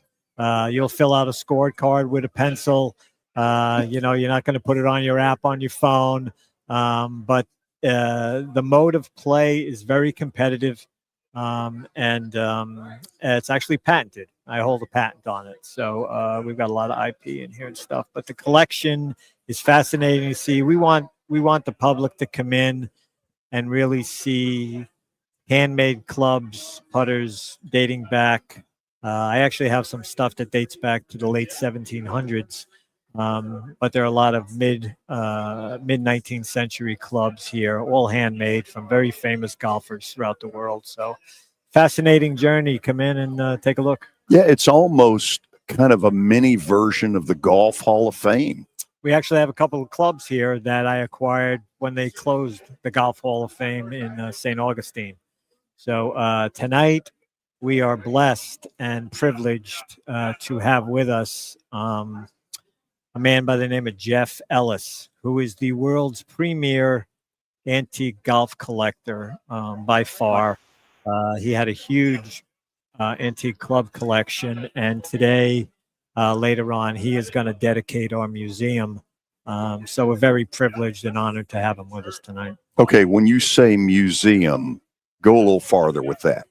There are just so many things here from the collecting standpoint. We're creating, there are only 5 or 6 golf museums in the United States, and most of them involve, Arnold Palmer's putter that he used to win the U.S. Open back when, and that type of thing. I started collecting 30 years ago specifically for the intent to build a museum in this concept. And my collection is really geared towards visual things that back then, lithograph, graphics, those things that would be appealing visually to a player, as along with golf clubs, and people could see how they were made. They could actually come here and touch the clubs, feel the clubs, see how they're made. We'll actually be able to rent you antique clubs if you'd like to play on the course with antique clubs. We have antique golf balls and that type of thing. Bill, what's the hardest part of trying to do this? Getting money. Okay, well, it's very honest. It's an easy thing. This is venture. This is venture stuff. So I'm an entrepreneur by heart. I once had it. I came so close to building it in 2007. We had the land, we had the financing, and we were ready to go. And then 2008 hit. Bank got sold. No more loans. We lasted as far as we could with the money that we had. And then I put it on the back shelf for a while. I'm still licking my wounds from 2007, but through the guy upstairs, he's guided us all the way to get to where we are today. So we're very, very fortunate to do that. So that's that bank calling you. Yeah, right that's now. it. That's that bank calling me, right? One of the things, though, there are 3 components to this business. One is golf. A new innovative way to play golf, and I think we're going to be a big force in the golf community because we're indoors. You can play at night, and some exciting things are happening behind the scenes right now. Second thing is bank calling again. Bank calling again. Now they want your business. Corky, I'm on a radio show right now. I'll call you back in 2 minutes. Leave him alone. So you don't hear that on live radio very often. Yeah, Corky. So the second part is the museum part. People come in and see this great stuff going on. But the third part, and probably the dearest thing to my heart, is the charity component at the putting zone.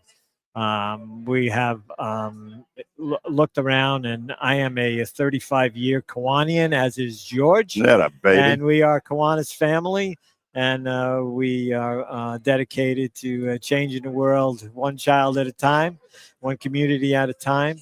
So we're heavily involved with children, homelessness, that type of thing. So what we've done here at the putting zone is we have identified initially 6 local charities that we feel do really good work, and everybody struggles. The piece of the pie gets smaller every year with charities. There's so many come on board that we feel that they need some help. So we put those charities up on our wall and on our front desk, and the first thing we ask you when you walk in the door to play golf is, who would you like to play for today?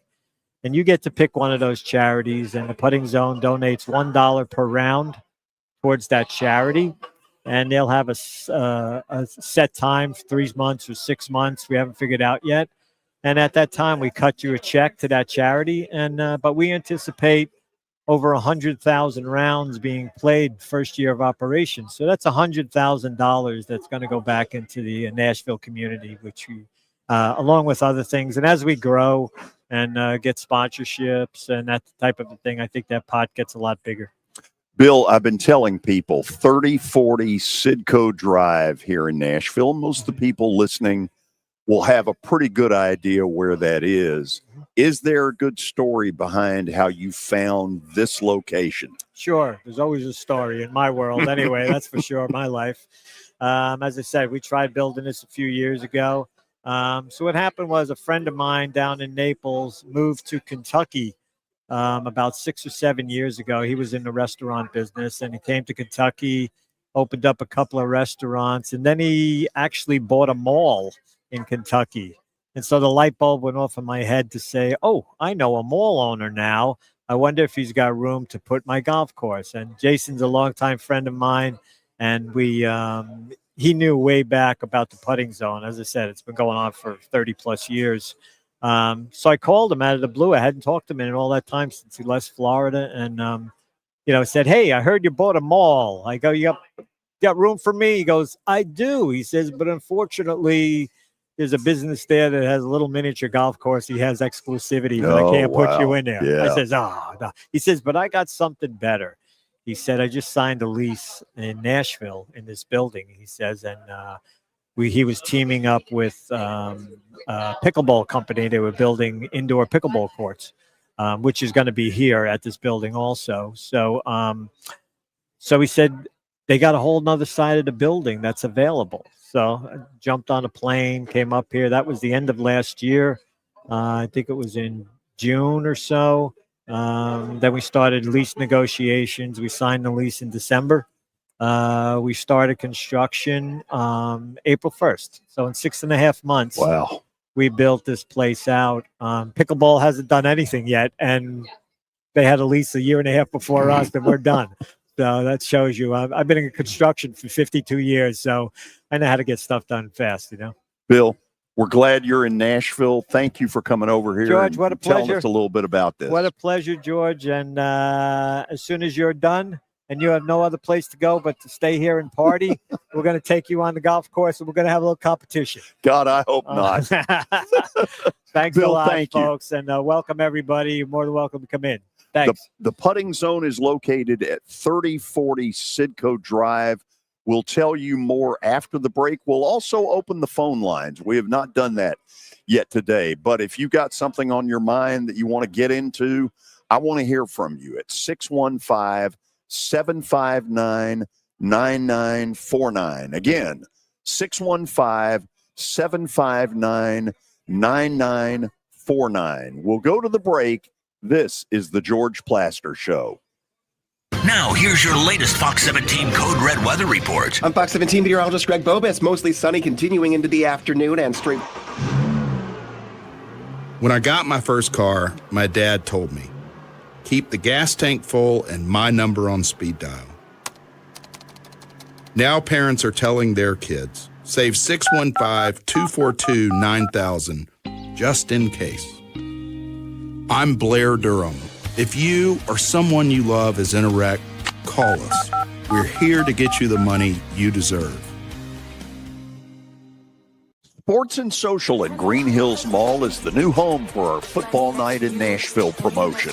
Their food is terrific. Their TV setup looks like a race and sports book in Vegas. And if you're a sports fan, you can't beat it. Starting September the 4th, we'll broadcast from Sports and Social every Thursday night. There's Pop-A-Shot, great football, and the chance to win a beautiful Mikey's Motors golf cart. See you at Sports and Social in Green Hills Mall. Luxurious and completed on time within budget.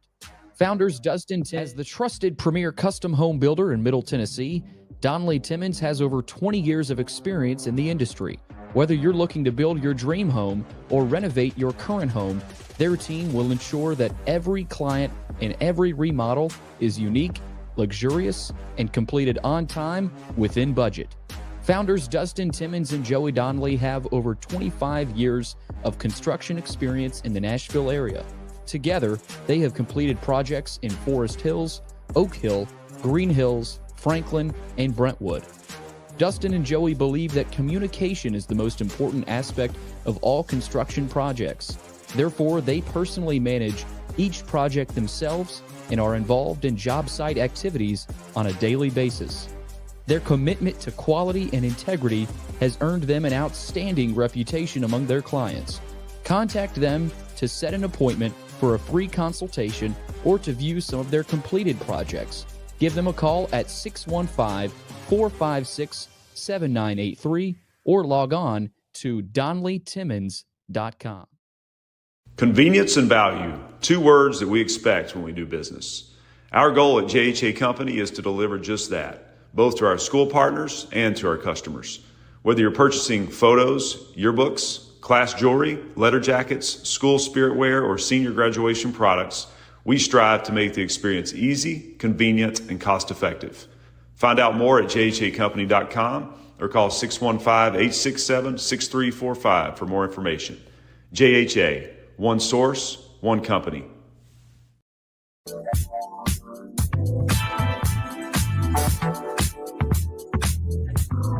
Yes, I got caught with food in my mouth. Not very professional, but no. I caught you at the wrong time. Yeah, sometimes it happens. So, while I had Bill on, who clearly has a passion for golf that is off the charts, you got the chance to look around at some of what he was talking to us about. What did you see that got your attention? Well, I didn't know how big of a fan of golf he was until I look around and I see all the quotes on the wall. There's one by Jack Nicklaus. I've never missed a putt in my mind. Great quote. There are several. They're all over the place, but this is a beautiful, beautiful course, and I may have to come here to work on my putting game. That's for sure. I got the chance earlier today. First of all, in all honesty, I got the chance to see this 6 months ago, and it was really hard to envision. This was nothing but a big old warehouse at the time, and it was hard to envision exactly how he was going to pull this off. Well, then a couple more visits, and it started to become a lot clearer to me that this is going to be something really cool. And then I was back in here, I don't know, 2.5 weeks ago, and was like, wow. And he took me and showed me some of the golf memorabilia that he has collected over the years. And it's pretty amazing. No, absolutely. And the course is beautiful. Like I've never really seen an indoor golf course or a putting green like this. And it's incredible. I cannot wait until this place opens and I can come here with some buddies. Yeah, it's pretty neat stuff. So tomorrow on the show, I'm asking Terry McCormick to join us in a longer form fashion. And he'll do that after the Clark Lee interview. Clark will be on at 4:00 to talk the Vandy LSU game, which, man, when was the last time we had 2 games involving the SEC schools in this state that were this big? Vandy, LSU, Vandy trying to be 6-1. Never in my lifetime did I think they would ever be favored against LSU. And Tennessee goes to Alabama for one of the great traditions, 3rd Saturday in October. Doesn't get much better than that. Yeah, and earlier this season, Tennessee was hosting Georgia. Vanderbilt was going on the road to South Carolina. We thought that might be the biggest weekend, but this one definitely tops it. I mean, considering the fact that Vanderbilt is a 2.5-point favorite versus LSU on Saturday, and I know you get a little boost if you're the home team. You get a 2-point boost in terms of betting odds, but, man, just the fact that they're favored is something else. Yeah, it really is. Anyway, back on Terry. I'm asking Terry to join us tomorrow because I want to talk a little bit about what really is going on with the Titans. The Titans, when they first got here, 98, 99, all the way up till, I'll say, the Pac-Man era. This was something that this city was really proud of, just as they were proud of having the Predators. But one of the things that was going on back then, and my buddy, the late Frank Wycheck, was a big piece of this equation. Frank got the players out everywhere. He and I did a Monday night radio show together, got to know all of them through him. They were out and about doing charity work. This city felt like they knew that football team. Okay, fast forward all these years later. He appears to be a completely absentee owner. Even though her dad also lived in Houston, it didn't feel this bad. She doesn't feel like she's a part of any of this. They've got a front office mess. They've got a president who has no business being the president of a National Football League team. You've got two people that it appears to me are probably trying to figure out turf wars. Chad Brinker, Mike Borgonzi. For the life of me, I have no idea why Borgonzi agreed to this setup. It makes no sense whatsoever. And I look around and, yeah, I see some anger among people who really want to be Titans fans. But the other thing I'm seeing, and this is dangerous, is apathy of don't care anymore. And something's got to change that. And, you know, we all knew that Brian Callahan wasn't long for this. He's felt like dead man walking for weeks. So you knew it was just a matter of time.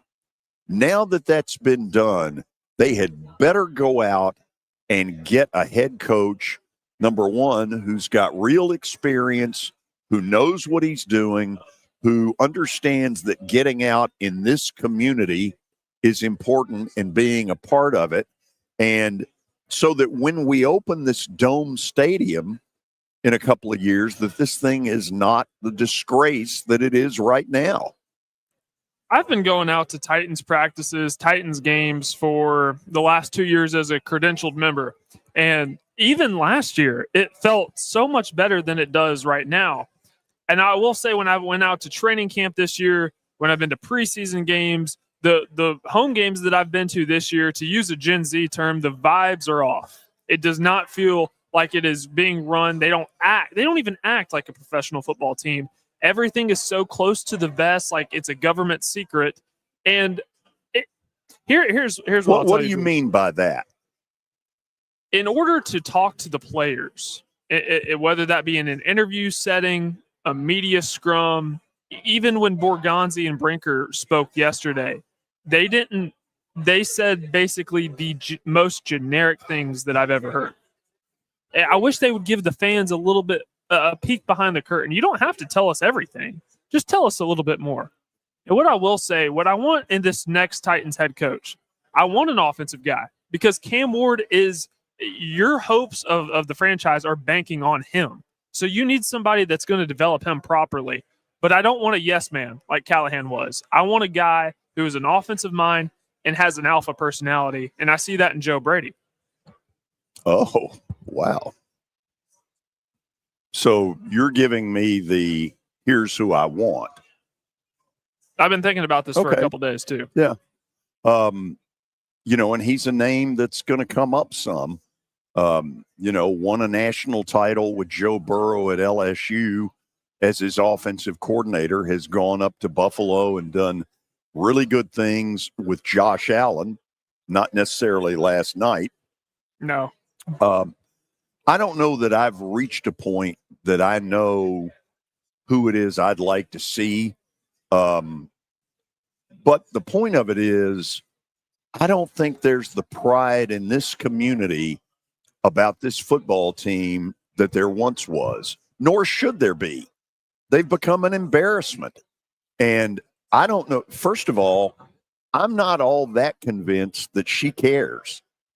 And the fact that I'm saying that, not just in private, but in public, listen, if I'm the owner and I hear somebody say that, I'm not sure she cares. man, that's a bad sound. That's a bad look because she doesn't do much to show that.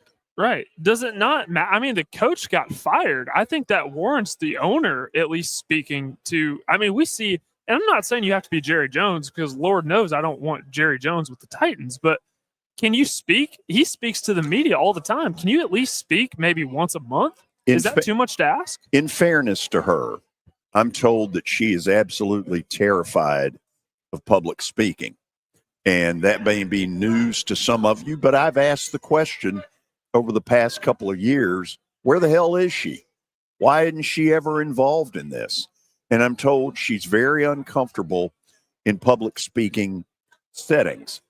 For a while, they tried this like Radio Free Uganda, where she would talk to Mike Keith and, you know, she'd get these softball questions and off we'd go. I think at some point, she's going to have to get real about the fact that she's lost this community and what is it she intends to do to get them back on her side. Now, the beauty of it is winning will fix it all. Winning is the deodorant that will completely take care of all the problems. The problem is this team isn't going to do any winning for some time. This is as bad a roster as I have ever seen in the NFL. If you take Jeffrey Simmons out of this picture, how many players on this roster does anybody else want? I couldn't even tell you who the second best player is on the team next to Jeffrey Simmons. I honestly, I do not know. It's the same thing in college. The way you get good in college is, yeah, you can supplement through the portal, but you can't live off the portal. You have to live off of signing good high school guys year after year after year. The Titans it's the equivalent to drafting good players, and they have not done that. Now, early returns are that Borgonzi, whoever was making the picks, has hit on some of these rookies, but you have to continue to do that. And then the last thing I'll say is it's a matter of there's no consistency. If you fired somebody in a prominent position the last 4 years, starting with John Robinson, then Vrabel, Carthon, now Callahan, if there's no consistency, there's never going to be winning. Well, the problem right now, you know, you've got one of these right now in Chad Brinker, who appears to have her ear.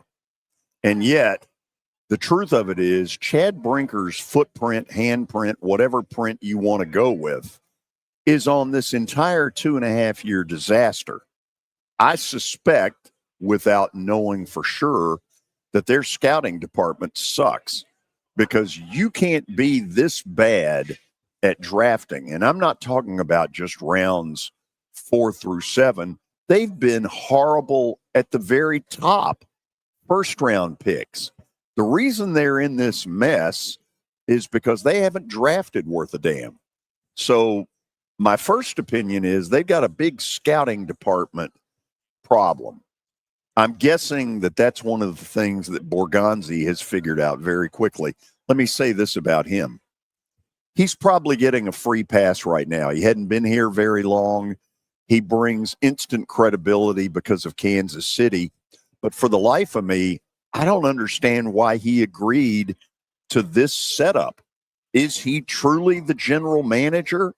The general manager the way Floyd Reese was when they got here? Hell no, he isn't.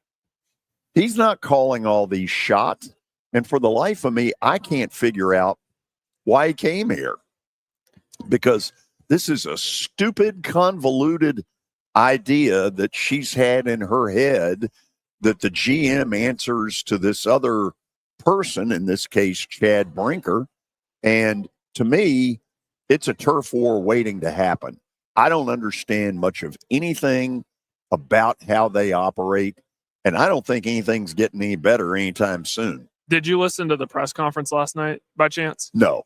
Oh my gosh. No, they had no. I've seen enough of it. You want to take this? No, you take this. They have no clue what the hell's going on. It's Laurel and Hardy. If you want a good laugh, I recommend that you watch it, because that's exactly what I was doing. Because it seemed like when Chad Brinker was asked a question that he didn't want to answer, he just deflect to Mike Borgonzi. I can't think of and maybe this is just me being naive, but are there any other NFL organizations in which the general manager answers to the president? You know, I can't say I know that 100% certain, but I know this. The way this is going makes no sense whatsoever, and I really wonder why she can't see that. Does she watch these press conferences? I mean, is this really how she wants this team represented? I don't know. I've been around Chad Brinker. I've talked to Chad Brinker. He's not good news. And I don't understand how I truly think there's a skill to this, because there's no way that you can be around this long. You were one of Rand Carthon's guys that he brought on board. You led the process to hiring Brian Callahan, and somehow you have been devoided of all the blame. Well, I think, he clearly is a smooth talker who has gotten her ear, and that's not a good thing. I don't know where it's headed, but somewhere it feels to me like they're going to need somebody that comes in here and really heads up this organization. This team president doesn't know enough to be running a pro football franchise. Chad Brinker's handprint is on this entire disaster. And again, I don't know why Borgonzi agreed to this, but he did, and I don't get it. We got to go to bet of the day. Let's do it. Plaster's bet of the day is brought to you by Bart Durham Injury Law. George, your bet yesterday did not hit, as you went with Washington yes, -5. I'm well aware of that. Okay. Shout out to Chicago Bears. Very happy for them, by the way. You got two bets tonight. Yeah. First of all, it feels like the Dodgers have gotten their act in gear, and here's what I mean by that. They've gotten everybody healthy at the right time. Blake Snell was nowhere to be found for months, but they were able to get him healthy in late August. He really showed up big for him in September, and now he is lights out. And the Dodgers sure feel like they're going to win this series. They win tonight, you can kiss this thing goodbye. Milwaukee's not winning this series without a Game 2 win, and I don't think they're going to get it. I'm going Dodgers, and I hate that because I'd love for this to be a good series. Yeah, I want to see a good series as well. I don't like either team, to be honest. I wish they could just both lose. So the other one is a college football Tuesday night game, and that Tuesday night game is Western Kentucky at home. It's a 7:00 game, and I'm not sure which network it's on. But my reason for taking Western Kentucky is probably more FIU than anything. They're not very good.